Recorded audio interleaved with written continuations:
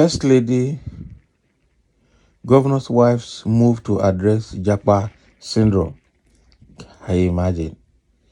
So First Lady Oluremi Tinubu has called on the diasporas to contribute their quota to the renewed hope agenda of President Bola Tinubu's administration. She also called on Nigerian youth to have hope in the effort of the current administration to deliver the dividends of democracy and provide for their basic needs. Mrs. Tinubu made the call on Monday at the New York 2023 Nigeria Economic Growth and Trade Summit with theme stemming migration flows by providing basic needs at Nigeria House in New York. So the UN correspondent of the News Agency of Nigeria reports the summit was organized by the Nigerian Governors' Wives Forum on the sidelines of the 78th session of the United Nations General Assembly. So according to the United Nations, in 2022, 26,400 Nigerian citizens requested asylum abroad, while 27,000 Nigerian citizens were recognized as refugees and granted protection in 2022. The First Lady said while migration could offer new opportunities and experiences, it also presents risks and challenges that could manifest in brain drain. So the brain drain phenomenon, where highly skilled individuals leave their home country for supposedly better prospects abroad, is a concern for many African nations, depriving them of their expertise and talents needed for sustainable growth.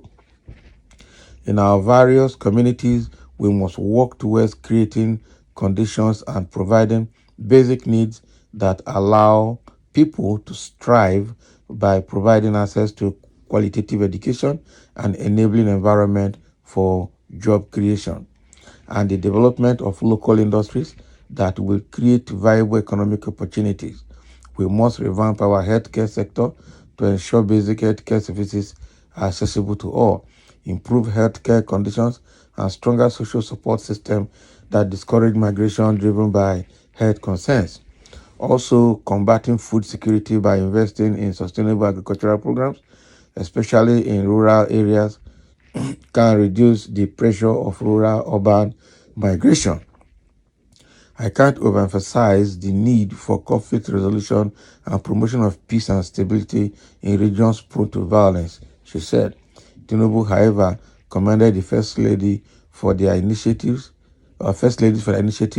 noting that complementing the effort of their husbands would enhance economic empowerment in their respective states. She said by fostering collaboration and unity among themselves, they have been able to achieve a lot more by learning from one another. The Renewed Hope Initiative is an initiative that we just started aimed at creating a better life for families. Our scope covers agriculture, education, economic empowerment, health, and social investment, focusing on women and the youth who are the bedrock of the society. As youths account for 70% of our population and women represent 49.6% of the population. I believe that schemes which focus on empowering this demographic, coupled with an enabling environment, will gradually begin to reverse the negative trend of migration. She told the wives of the governors that as First Ladies, their roles as leaders were critical to driving sustainable change within their communities. You must work together with government agencies to complement and support the establishment of laws that protect human rights and provide equal opportunities. Policy reforms that encourage skilled individuals to return home after obtaining educational experience abroad can help reverse the trend. We must continue to acknowledge the good work of international agencies, well-meaning individuals in the diaspora and in the private sector are doing in our nation. So through fora like this, we can encourage diaspora engagement and establish avenues for Nigerians living abroad to contribute to the country's development. When the system forces them out, through investment, knowledge sharing, and collaborations which can help mitigate the negative effects of brain drain. The First Lady urged Nigerians to foster a positive narrative, celebrate their cultural heritage and national achievement, and promote a sense of pride in Nigeria. According to her, Nigeria is on the brink of a major economic recovery of buoyancy. She charged Nigerian youths to learn the virtues of patience and resilience as everyone continues to work as a collective to help build a greater and better Nigeria. Also, speaking, Nigerian Governors Wives Forum chairperson, Nigerian Governors Wives Forum chairperson, Mrs. Olufolake Abdulrazak, the wife of Kwara State Governor, called for support to provide basic needs for the citizens to stem migration flows. So we hope everyone will support the forum in all her programs for New York in 2024 as we look forward to participating in Women's Month in March 2024 and UNGA. We hope to, or UN General Assembly, we hope to deepen all engagements formed in realizing our common goals or common goods to benefit of our country and the glory of God, she said. News Agency of Nigeria reports that no fewer than 12 wives of the governors were at the event. They included the First Ladies of Oyo State, Mrs. Tamumo Minini Makinde, Ogun State, Mrs. Bamidele Abiodun, Imo State, Mrs. Chioma Uzodinma, and Gombe, Hajia Asamu Yaya. Also in attendance were the First Ladies of Lagos State, Mrs. Ibijoke Sanwo-Olu, Borno, Mrs. Falmata Zulum, and Kogi, Hajia Rashidat Yahaya Bello. So now, as their husbands or as the president is at the UN National Assembly in New York, their wives also went. All the extra codes, all the cost of that travel is on Nigerian purse, taxpayers' money. Did these women need to go to New York to pass this message they're passing? Why didn't they organize that in Abuja or Lagos or somewhere central in Nigeria and pass that same message? Did they need to go abroad to do that? Somebody will now argue that they went to engage the Nigerians in diaspora. That is why they had to do it abroad. But then what value does that add now at this moment that Nigeria does not have money? Now you're encouraging people that lived a very traumatic life in Nigeria before they got the opportunity to run away. You want them to come back. You can't convince them to come back. That is the truth. Come back to do what? The first 100 days of this government has shown that Nigeria is still falling down to a lower level. That is it. Now, as at this morning, the naira has gone to $1 has gone to 1,000 naira in the parallel market, and the dollar is not readily available for those that needs it. What are you saying? So now people cannot buy fuel. Food stuff is very bad. No job, no electricity. The national grid are just collapsed, and people are in darkness. So, and you are telling people to come back to a country you are going to improve medical care, a country where the president takes medical care abroad. So, what hope does that bring to Nigerians? A country where people are dying because of poor medical care in Lagos and all the other parts of the country. What are you telling us? Until the Nigerian leaders stop taking medical care abroad, nobody can be convinced that there's hope for medical care in this country.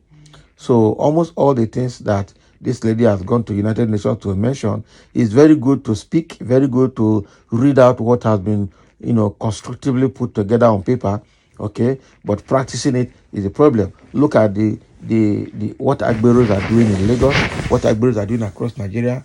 MC Olomona has taken over Abuja NURTW office, and the real national chairman has been arrested. So, and he wants to be a national chairman at all costs. Look at what Agberos are doing in Lagos now. They are everywhere, and you are telling us, speaking English for us. Believe them at your own detriment. That is it. So, this government has not, as far as we are concerned, Nigeria is very far away from recovery. It's only, I don't know, I've not seen the government. And now, so we were complaining during Goodluck Jonathan time that Goodluck has left. Buhari came and made everything worse. Buhari has done his own 8 years and left. Now Tinubu is there now as APC, and there's actually no light, no talk of at the end of the tunnel. The tunnel itself has no end yet, where Nigeria is still right inside the tunnel without any hope of getting to the end of it. So let's leave that out of it. So these are the words of the First Lady, Mrs. Tinubu in New York. Okay. The question I still ask is, did she need to go to abroad to pass this message? A time where they say Nigeria is broke, there's no money. They pack themselves to New York to go and pass a message that can be passed in Nigeria. Anywhere you stay and pass this message, the recipients will definitely get it worldwide. We're in the era of technology and messages can transmit through the media online. So does this justify the way Nigerian taxpayers' money is being spent by government officials? You are telling people to come back to a government that is telling citizens to tighten the belt, and meanwhile they are not tightening their own belt. They are busy sharing money both at National Assembly, at the presidency, and everywhere. They are satisfying themselves with greasy public office roles and ministerial appointment and all of that. They're enjoying everything. They're giving themselves palliative in billions. Meanwhile, the palliative they're giving common Nigerians are just nothing to write home about. You want people to come back. A country where people are dropping out of school because they don't have the hope of feeding, not to talk of paying school fees. Okay? The same country want people to come back. Country where people are dying in the hospital because of poor medical care and poor medical facilities. Education is zero, medical care is zero, road network infrastructure is zero, and you are telling people to come back. Joblessness. We're showing our graduates that do not have value. We're showing our graduates that do not have opportunity. A country where first class products from universities are Uber riders and Keke Marwa riders and airport taxi drivers. These are the people that you want. These are the people you want. Their destinies are locked. You want people abroad who have managed to escape to come back and join the trend again. No. No. Before we start believing this government, we would have seen appreciable improvement, which is not even anywhere near sight. So thank you for listening, and let's have your comment in this matter.